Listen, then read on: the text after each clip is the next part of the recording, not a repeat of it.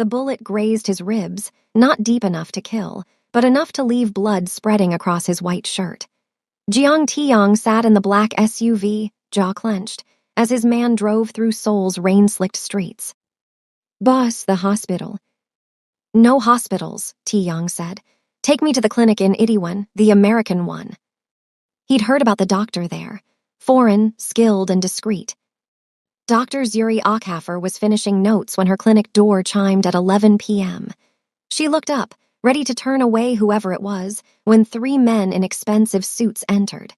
The middle one was bleeding. Her instincts kicked in. Exam room 2, now. The injured man's eyes met hers, dark, sharp. Handsome in that hard way, all angles and intensity. "My men stay," he said in perfect English. "Your men stay in the waiting room," Zuri countered, pulling on gloves. "Unless one has a medical degree." To her surprise, he gestured for them to leave. They obeyed. Tiang studied this woman as she cut away his shirt. She was beautiful, deep brown skin, natural hair pulled back, gold hoops catching the light. But it was her fearlessness that intrigued him. Most people knew to be afraid of men like him. "Gunshot?" she asked. "Ricochet," he lied. She didn't believe him. "I should report this." "But you won't." Zuri looked up at him. "Give me one good reason why I shouldn't." "Because you're a doctor," Tiang said, "and I need help." She held his gaze, then returned to cleaning the wound. "You're lucky it's superficial," she threaded a needle. "This will hurt." "I can handle pain, doctor." Dr. Akhafer, hold still."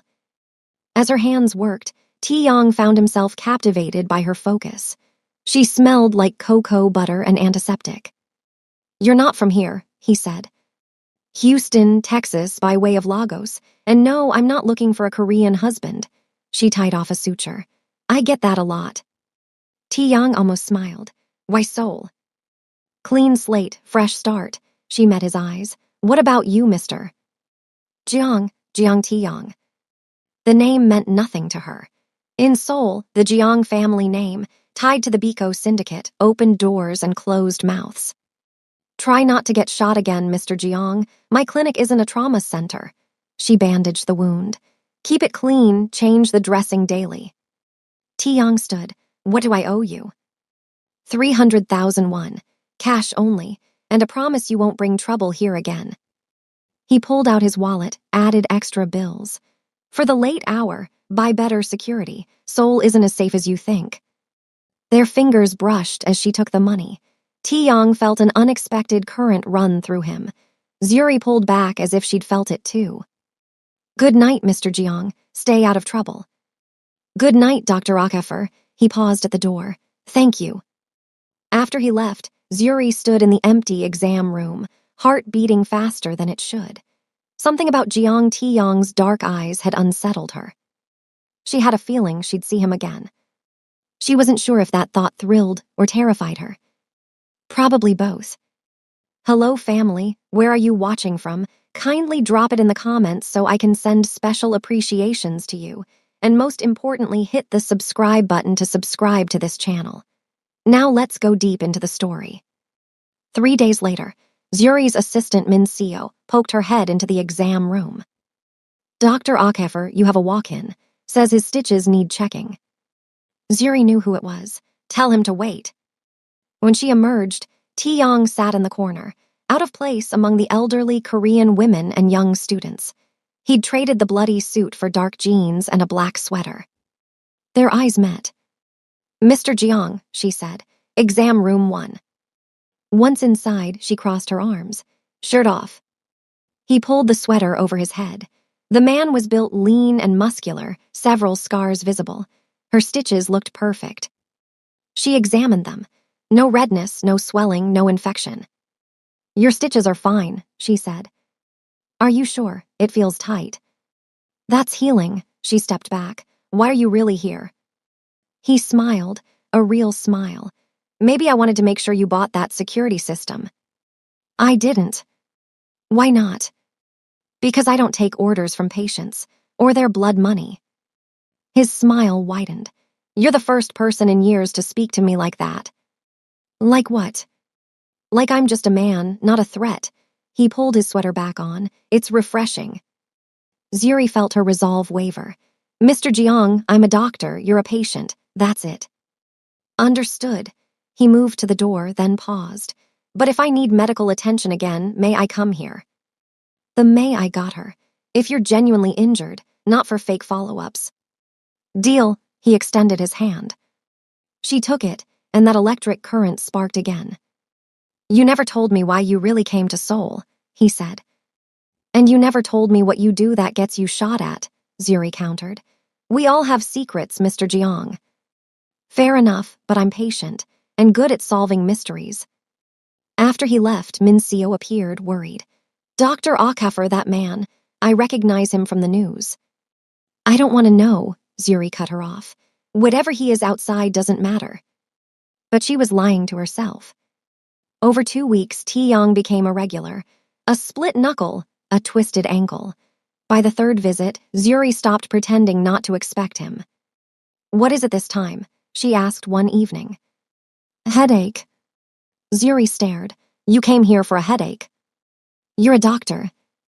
There's a pharmacy 2 blocks away. But then I wouldn't see you. The honesty caught her off guard. She checked his pupils. How long have you had it? 3 days, worse at night.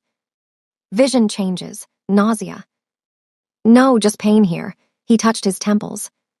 Tension, headache, stress-related. Do you clench your jaw? Constantly. There's your answer, reduce stress. Try meditation. He laughed bitterly. Men in my position don't meditate. Then men in your position get tension headaches. Before she could say more, the front bell chimed violently. Raised voices, Min Seo's frightened Korean and a man's angry slurring. Taeyong moved instantly, his demeanor shifting. In the waiting room, a drunk man was grabbing Min Seo. Hey, Zuri shouted. Get away from her. The man turned, reaching for Zuri. Taeyong caught his wrist, twisting it. The drunk yelped, dropping to his knees. Taeyong said something in deadly Korean. The man scrambled out.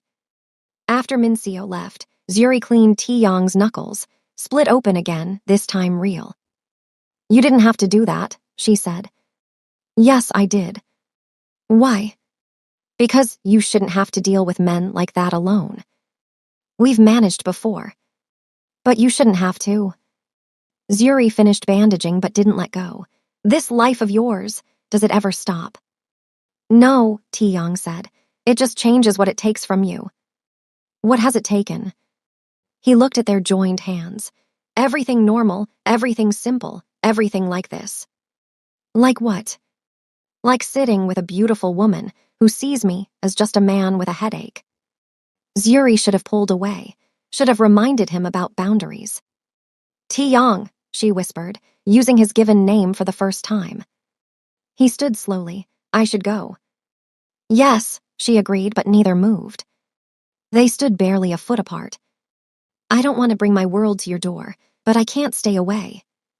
Then maybe you should try harder, she said without conviction. Yeah, maybe I should.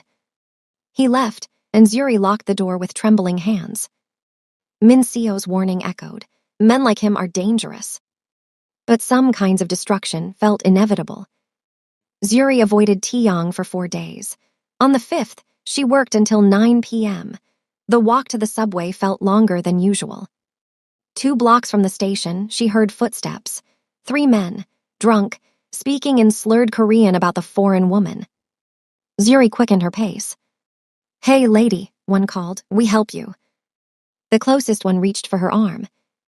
Taeyong materialized from shadows, catching his wrist. He said something in low, dangerous Korean. The men scattered. Were you following me? Zuri demanded. Yes. That's stalking. I know, but this neighborhood isn't safe, and I needed to know you were okay. I've been taking care of myself for years. I know, but that doesn't mean you have to. He stepped closer. If you want me to leave, say it. I'll disappear from your life. She opened her mouth. The words wouldn't come. I can't. Why not? Because you're the worst thing for my carefully ordered life. You're everything I came to Seoul to avoid. But But I made kimchi jjigae last night and thought about whether you'd like it. I'm thinking about you, and I shouldn't be. His expression softened. Come home with me. What? Not like that. You're shaking. You shouldn't be alone after a scare. Tea. We'll talk, nothing else. Okay, she heard herself say. His penthouse overlooked the Han River, minimalist luxury.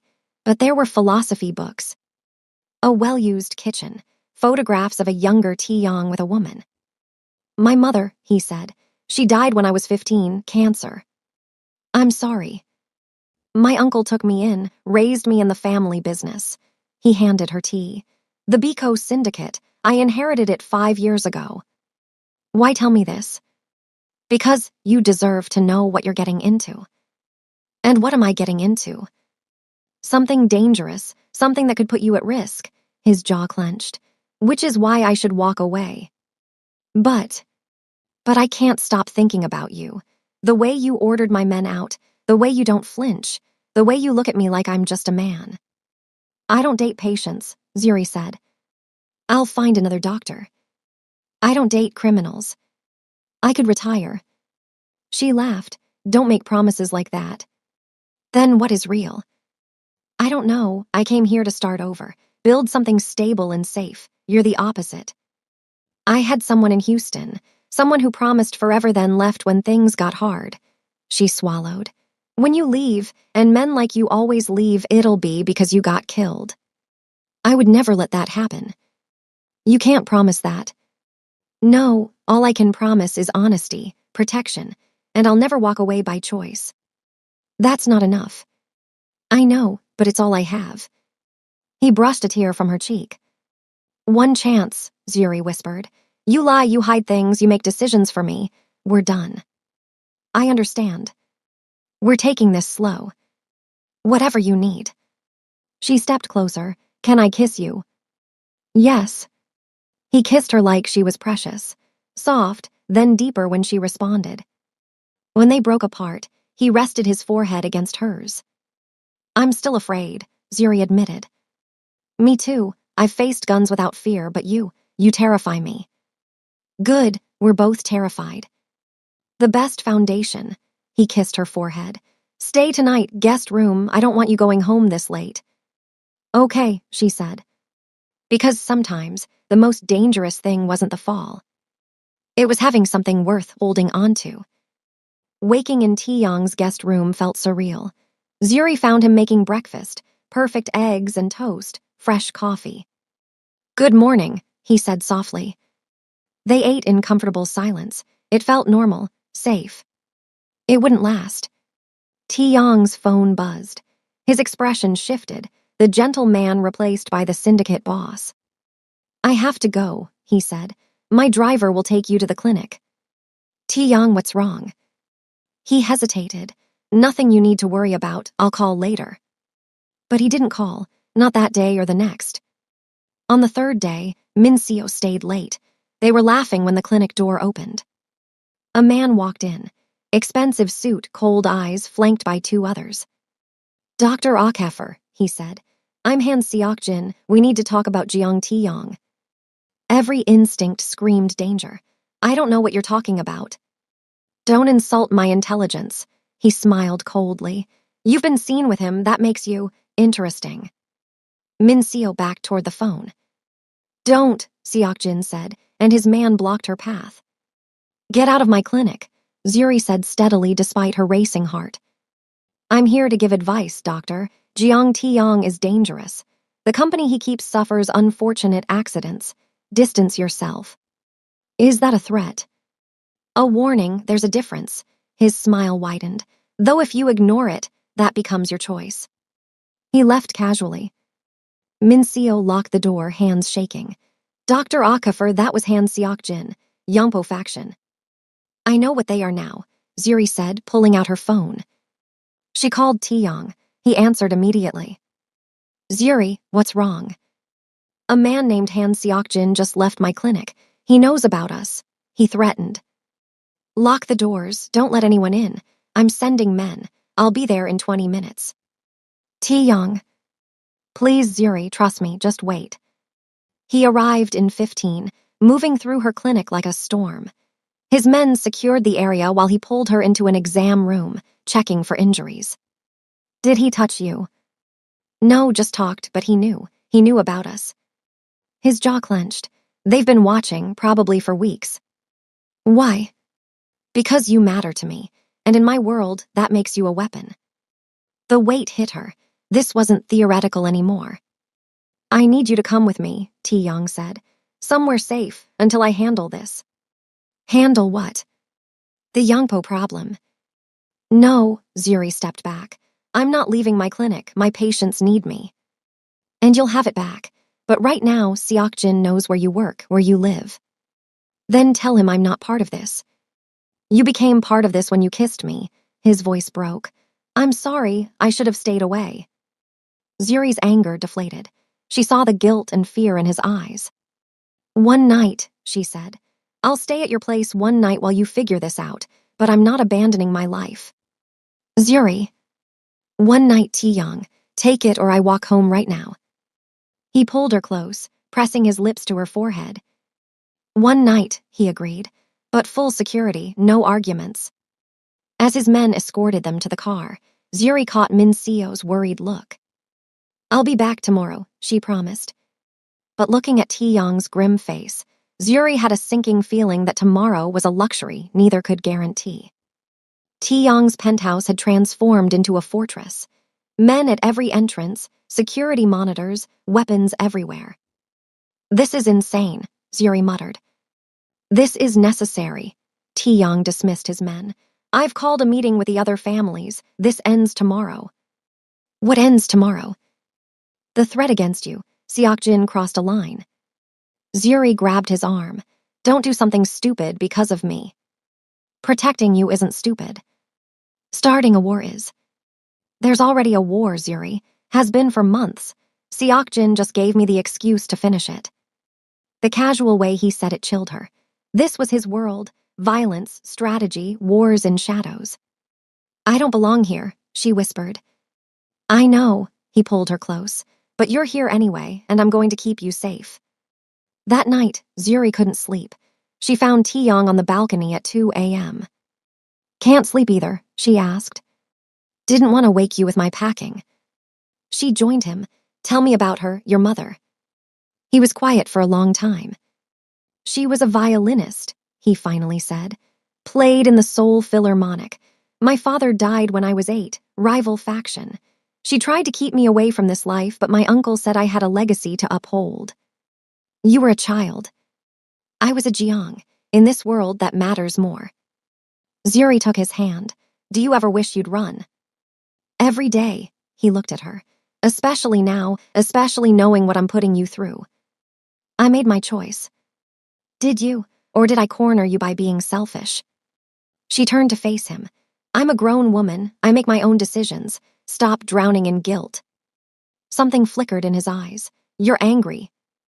"I'm terrified, but I'm also here. And if we're doing this, stop treating me like I'm fragile."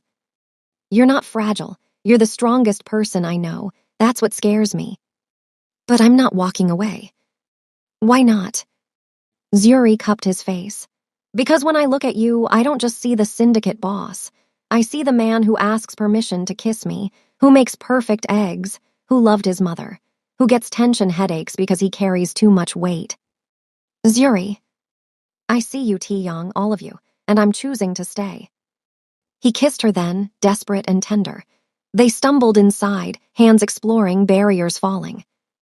"Guest room," he murmured. "Your room," she corrected. "Are you sure?" "Stop asking if I'm sure. I'm sure." Later, wrapped in his sheets, Zuri traced the scars on his back while he slept. His phone buzzed. A message lit the screen. "Meeting confirmed. Tomorrow 3 p.m. Come alone." Zuri's blood ran cold. She recognized the number format. It matched Seokjin's man. This wasn't a meeting. It was a trap. She looked at Tae-young's sleeping face and felt her heart break. He'd go anyway. She knew him well enough. He'd walk into that trap to end the threat against her. And Zuri realized that loving Jeong Tae-young meant watching him walk toward death and being powerless to stop him. Morning came too fast. Zuri woke to find Taeyong already dressed, strapping a shoulder holster. "Don't go," she said. He turned. "You saw the message." "Hard to miss." He sat on the bed. "I have to. It's the only way." "It's a trap. You know it's a trap." "Of course.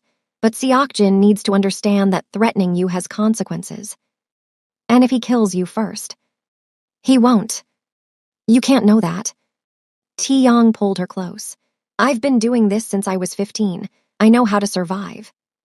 "Everyone thinks that until they don't," Zuri whispered. They held each other as morning light filled the room. Finally, Taeyong pulled back. "I need a few hours to prepare. Stay here, please." "I want to go to the clinic." "Zuri," his eyes pleaded. "Please, just today. Let me know you're safe while I handle this." The fear in his eyes stopped her arguments. "Fine, today, but tomorrow I'm going back to my life, war or no war." "Deal," he kissed her forehead. "There's food in the kitchen, try to relax." After he left, Zuri paced like a caged animal. She tried reading, couldn't focus. Tried cooking, burned the rice. Around noon, she found herself in Taeyong's study. A leather journal was tucked behind other books. She shouldn't have opened it. She opened it anyway. The entries were sparse, but one recent entry stopped her. "Met someone today, a doctor. She looked at me like I was human. Can't remember the last time someone did that." The date was 3 weeks ago, the night they met. She flipped forward. "Went back to the clinic. Told myself it was to check the stitches. We both knew I was lying. She called me on it. No one calls me on anything anymore." She made me laugh today. Actual laughter, not performance. I'd forgotten what that felt like. "I'm going to get her killed. I know this. And I can't stay away. What does that make me?" The last entry was from yesterday. She stayed. After everything, after knowing what I am, she stayed. "I don't deserve this, but I'm selfish enough to try anyway. If Seokjin thinks he can use her against me, he's miscalculated. I'll end this tomorrow, whatever it takes." Zuri closed the journal with shaking hands. This man was planning to sacrifice everything for her. And she was going to let him walk into a death trap. No. She grabbed her phone, calling Min Seo. "Dr. Akafer, are you okay?" "Min Seo, I need information. Everything you know about the Yongpo faction. Their headquarters, their patterns, everything." "Why, what are you?" "Please, just trust me. My cousin works security in Gangnam. I can ask him." "Do it, and send me the address where Taeyong's meeting is today." "Dr. Akafer, that's suicide." "Just send it, please." An hour later, armed with information, Zuri called Taeyong's second-in-command. "This is Dr. Akafer. I need you to take me somewhere." "Ma'am, my orders are to keep you here." "Your orders are to protect me. Right now, the best way to protect me is to help me protect him. Are you going to help, or do I call a taxi?" Long silence. Then, "Where are we going?" As the car pulled away, Zuri realized she was either saving Taeyong's life or getting them both killed. Either way, she was done sitting on the sidelines. The warehouse in Gangnam looked abandoned. Broken windows, rusted doors. Taeyong's second-in-command, Kang Jae-hoon, checked his weapon. "Boss won't like this." "Boss doesn't get a vote," Zuri said, heart hammering. They'd arrived 30 minutes early. Jae-hoon positioned his men, but Zuri knew it wasn't enough. Seokjin would have tripled the numbers. "Dr. Akafer, last chance to reconsider," Jae-hoon said. "Not happening." At 2:45 p.m., Taeyong's convoy arrived. Zuri watched from hiding as he stepped out alone, shoulders squared. Seokjin emerged with a dozen men. Even from a distance, Zuri could see his smug smile. "Jiang Taeyong, punctual as always." "Let's skip the pleasantries. You wanted a meeting, I'm here." "Where's your little doctor?" Seokjin circled him. "I expected you'd bring her." "She's none of your concern." "Oh, but she is. A man like you having a weakness is opportunity." Taeyong's voice went deadly. "Touch her, and I'll dismantle your organization piece by piece." Seokjin laughed. "Bold words for a man surrounded by my men." More men emerged from the warehouse, 20-30, all armed. Jae-hoon cursed. It's a kill box, we need to move now. But Zuri was already moving, stepping into the open. Wait, she shouted. Every gun swiveled toward her.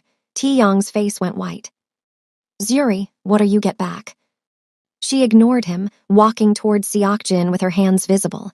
You want leverage? Here I am. Let him go. Seokjin's eyes lit with interest. Dr. Ockeffer, how noble and stupid. Maybe, but your issue is with Taeyong, not me, so let's talk. There's nothing to discuss. Isn't there? Zuri stopped 10 feet away. You're trying to destabilize Biko by eliminating its leader, but killing Taeyong makes him a martyr. His organization will retaliate. You'll start a war you might not win. Seokjin tilted his head. You're well informed for a doctor. I listen, and I'm offering you a better option. Which is? Let us both walk away, today, and I convince Taeyong to step down voluntarily. No war, no bloodshed. Taeyong's voice was strangled. Zuri, don't. It's a generous offer, she continued. You get what you want without risk. Seokjin studied her, then laughed. You think I want peace? I want his empire, and I'll take it over his corpse. He raised his hand. Time slowed. Zuri saw guns lifting, Taeyong reaching for his weapon, Jae-hoon's men emerging. Then she saw something else. A black van screaming into the lot, followed by 3 more. Doors burst open. Men poured out. Police, dozens of them. Nobody move. Drop your weapons. Chaos erupted. Seokjin's men scattered. Shots fired. Zuri dove behind a barrier as Taeyong rushed to her, covering her body. What did you do? He demanded. Called the police. Anonymous tip about illegal weapons. She looked up. You're not the only one who can make strategic plays. His expression cycled through shock, anger, and something like awe. Police rounded up Seokjin's men efficiently. Jae-hoon had already pulled back Taeyong's people. They'd never technically entered. But Seokjin himself was missing. He ran, Jae-hoon reported. West exit. Taeyong's jaw clenched. Then this isn't over. No, Zuri agreed. But you're alive, that's what matters. You could have been killed. He pulled her close, hands shaking. Don't ever do something like that again. Can't promise that. Zuri, you don't get to walk into death traps and expect me to just wait. That's not how this works. Despite everything, he almost smiled. You're impossible. And you're alive, so we're even. As sirens wailed, Taeyong and Zuri slipped away with Jae-hoon's team. But both knew Seokjin was still out there. And wounded animals were the most dangerous kind. They made it back to the penthouse, but the victory felt hollow. Seokjin had escaped. He'll retaliate, Taeyong said, packing while Jae-hoon coordinated security. Tonight, tomorrow, soon. Then we prepare, Zuri said. No, you're leaving Seoul. Tonight, I have a safe house in Jeju. I'm not running. Zuri, this isn't negotiable. You're right, it's not. She stood, meeting his eyes. I'm not leaving you to face this alone. You can't help with what's coming. Can't I? I'm a doctor. When your men get hurt, and they will, who's going to treat them? The hospital you don't trust. Taeyong opened his mouth to argue, but Jae-hoon's urgent voice cut through. Boss, we have a problem. The security monitors showed movement, vehicles approaching from multiple directions. Too many, too coordinated. He's coming now, Taeyong said. Jae-hoon, evacuate the building, get the civilians out. And you. I'm staying, this ends tonight. Jae-hoon nodded and left. Taeyong turned to Zuri. Please, I'm begging you, go with Jae-hoon. No. Zuri. The first explosion cut him off. The building shook, alarms screaming. Smoke began filtering through vents. South entrance, Jae-hoon's voice crackled. They've breached. Gunfire, then static. Taeyong grabbed Zuri's hand. Move, now. They ran toward the private elevator. Behind them, boots on marble, shouts in Korean. Seokjin's men were inside. The elevator doors opened. They rushed in, but before the doors closed, a figure appeared. Seokjin himself, gun raised. Going somewhere. Taeyong shoved Zuri behind him. This is between us. Let her go. No. His smile was vicious. You embarrassed me, made me look weak. There are consequences. Name your price. Money, territory, whatever you want. I want you to suffer. Seokjin's gun shifted towards Zuri, starting with her. Everything happened at once. Taeyong lunged, a shot fired, Zuri screamed. But it was Seokjin who fell, blood blooming across his shoulder. Jaehoon stood in the hallway, gun smoking. Boss, go, more coming. The elevator doors closed. As they descended, Taeyong pulled Zuri close, checking frantically for injuries. I'm okay. She grabbed his face. Taeyong, breathe, I'm okay. But he wasn't. His hands were shaking, eyes wild with fear. I almost lost you. If Jaehoon had been 1 second later. But he wasn't. I'm here, we're both here. The elevator opened to the parking garage. Jaehoon had a car waiting. Seokjin, Taeyong asked. Wounded but alive. Police are 3 minutes out, I called them. We need to go. They drove through Seoul's streets, sirens wailing. Zuri held Taeyong's hand as he made calls, coordinating his people, ensuring everyone got out. Finally, in a safe house across the city. Silence fell. It's over, Jaehoon confirmed. Seokjin's in custody. Police found enough evidence to put him away for years. Half his organization is talking. Taeyong nodded numbly. And our people? 3 injured, none critical. Dr. Okafer's colleague Min Seo is treating them now.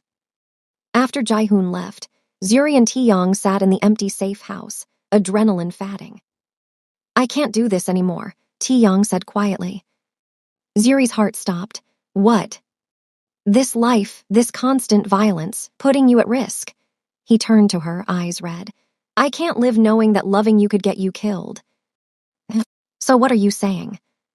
I'm saying I'm out, I'm done. I'll dismantle Biko, cooperate with authorities, whatever it takes. His voice broke. I choose you, Zuri, I choose us. I choose a life where I don't have to watch you nearly die. Zuri pulled him close as he finally broke, tears falling for the first time since she'd known him. Okay, she whispered. Okay, we'll figure it out together. 2 years later. The community health center in Itaewon gleamed in the afternoon sun, its grand opening banner fluttering in the spring breeze. The building that once housed Zuri's small clinic had expanded, renovated with funds from what Taeyong called his penance money, assets liquidated after he'd dismantled Biko. Ready? Taeyong asked, adjusting his tie. He looked different now, softer somehow, the sharp edges worn smooth by 2 years of legitimate life. Almost. Zuri smoothed her dress, hand moving to her small baby bump. 4 months along, and they still hadn't told anyone except Min Seo. The ceremony was beautiful. Local officials praised the center's mission, serving Seoul's international community with free and low-cost healthcare. Taeyong gave a speech about second chances that made Zuri's eyes sting with pride. This was the man she'd seen beneath the syndicate boss, finally free to exist. After the ribbon cutting, they toured the facility. 5 exam rooms, a small surgical suite, a pharmacy, even a mental health counseling center. Everything Zuri had dreamed of. Mr. Jeong, Min Seo called. The first patient is here, Mrs. Kim with her daughter. Taeyong looked at Zuri. Together. She took his hand, wedding ring catching the light. Always. They'd married quietly 6 months ago. Just them, Min Seo, Jaehoon, and a judge.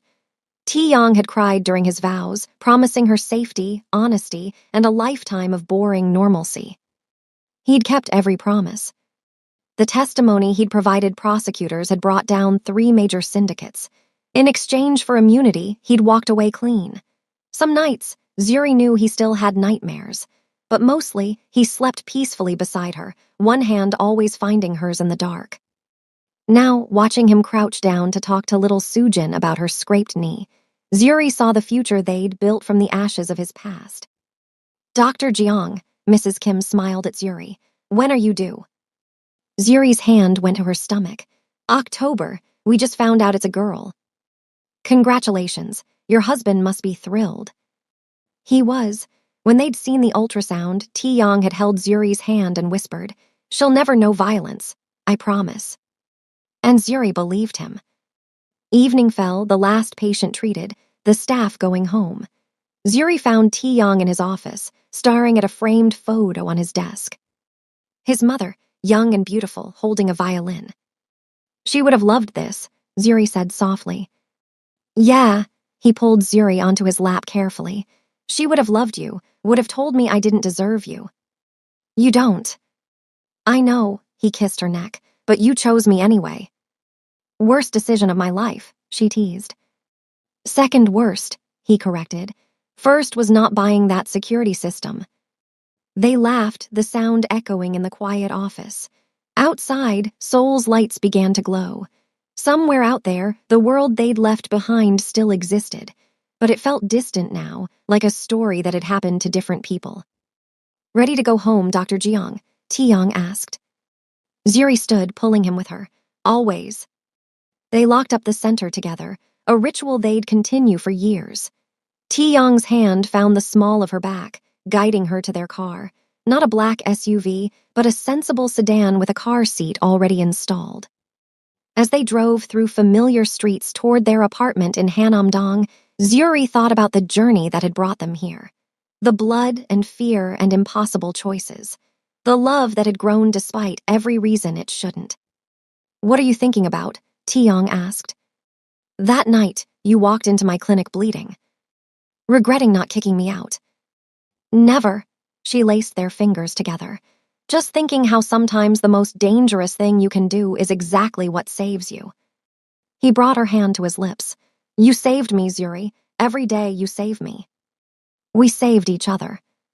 They pulled into their building's garage, and Taeyong helped her out with the exaggerated care he'd adopted since learning about the pregnancy. Upstairs, their apartment waited. No fortress, no armed guards, just a home filled with books and laughter and plans for a nursery. That night, as they lay in bed, Taeyong's hand on her growing belly, Zuri felt their daughter kick for the first time. Did you feel that? She whispered. I felt it. His voice was thick with wonder. She's strong like her mother. She's loved like her father. They fell asleep like that, 3 hearts beating in the darkness, building a future where love was stronger than legacy, where healing mattered more than power. Where a stubborn doctor and a reformed syndicate boss proved that second chances weren't just possible, they were worth fighting for. The end. If you enjoyed this story, kindly like, share, and subscribe to this channel.